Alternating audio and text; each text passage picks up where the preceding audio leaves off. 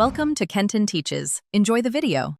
Start by selecting a top authenticator app on your smartphone. Choose Google Authenticator, Authy, or a comparable app from your app store.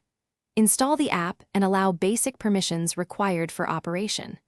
Secure your phone with a PIN or biometric lock before enabling two-factor authentication.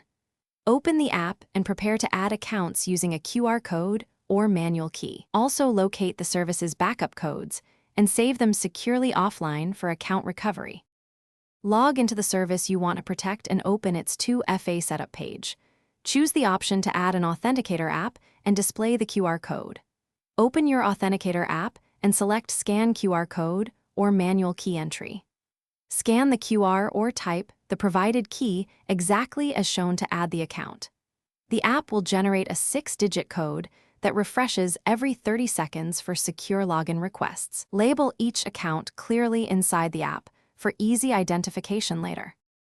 When prompted during login, open your Authenticator app and enter the current 6-digit code. The code will change every 30 seconds, so act quickly when entering it. To protect against device loss, save printed backup codes or enable your app's encrypted cloud backup feature.